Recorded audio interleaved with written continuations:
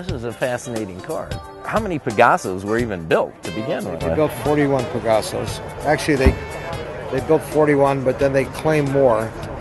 And it's been said that every time the Pegaso went in for service, they added 42 Pegasos. You took it back in again, it was 43 Pegasos. So it's somewhere between 41 and maybe less than 100.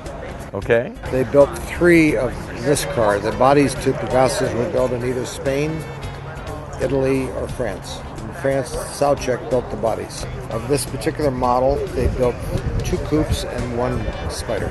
So this is it? This is it. This is one of one. Wow. Wow. Now, their engineering. Everything on this car was built in Spain with the exception of the carburetor, which is a Weber. Everything else is engineered, built, a product of Spain. This had to be a very expensive car for its day. The most expensive car in 1954, $20,000. Serious? Yeah. Wow. Now, did they charge more or less for the convertible back then? That I can't tell you. But this was the mildest engine setup. They either came with 4 2-barrels, 2 4-barrels, or a blower, or 1 2-barrel, which is what this is. And then there's a book that tells you what it was born as, and this is the original to this car. Wow. But it's 4 overhead cams. These cars are very, very fast. Inboard brakes, transaxle, and it's very sophisticated underneath. Very difficult to restore. Parts are hard to find. Oh. But it's worth every nickel.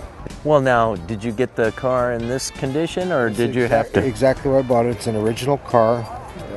We found it in Barcelona, and I had it flown in. Once I found it, I just had it flown in, and I've had it about 3 years.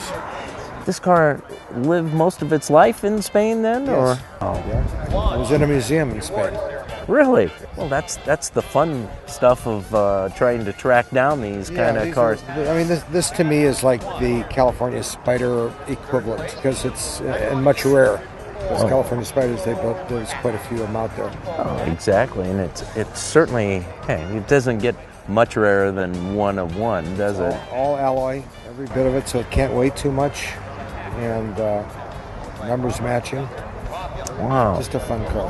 Have you taken this on any sort of driving events? This is its first tour out of the garage. Wow. I've had the car and I've enjoyed it and I like looking at it and having it, and I decided now it's time to start getting it out. So we'll graduate from here. Wow, that's fantastic because, I mean, the people have got, there's a lot of great cars here, but the people have got to love to see this. I'm glad you're getting to see it. Yeah, me too. Now, were they all right-hand drive? No. In fact, this is the first Pegaso that I've seen right-hand drive. And a lot of people will ask me, is that the nomenclature of Spain? Well, it's not that this car necessarily went to Spain new. Somebody ordered this car, went to apparently some destination that right-hand drive was the sure prescribed. But it makes no difference to me because as I basically would use this car as a tour car, it's right-hand drive, it's left-hand drive. Yeah, right. Yeah. It's immaterial. Exactly. It's been saved for posterity. It is right. That's what we got to count ourselves lucky that it's still here. This car wants to just be preserved. We're fortunate to have found it, and we're going to do what we can to keep it at its best. I want to restore this car because I don't want to lose the originality of it. It's so original. Wonderful sound. These cars would outrun Ferraris dramatically. Dramatically? Yes. There was one on the Colorado Grand 2 years ago, and there wasn't a Ferrari there that could run with it. And it was just so fast. And they built these to race. It's really a racing engine, but they would brake. They would lead a race, and then somewhere down the line, something would break. They're very sort of like maybe a little on the fragile side. Yeah. But when they're running right, there's nothing like them.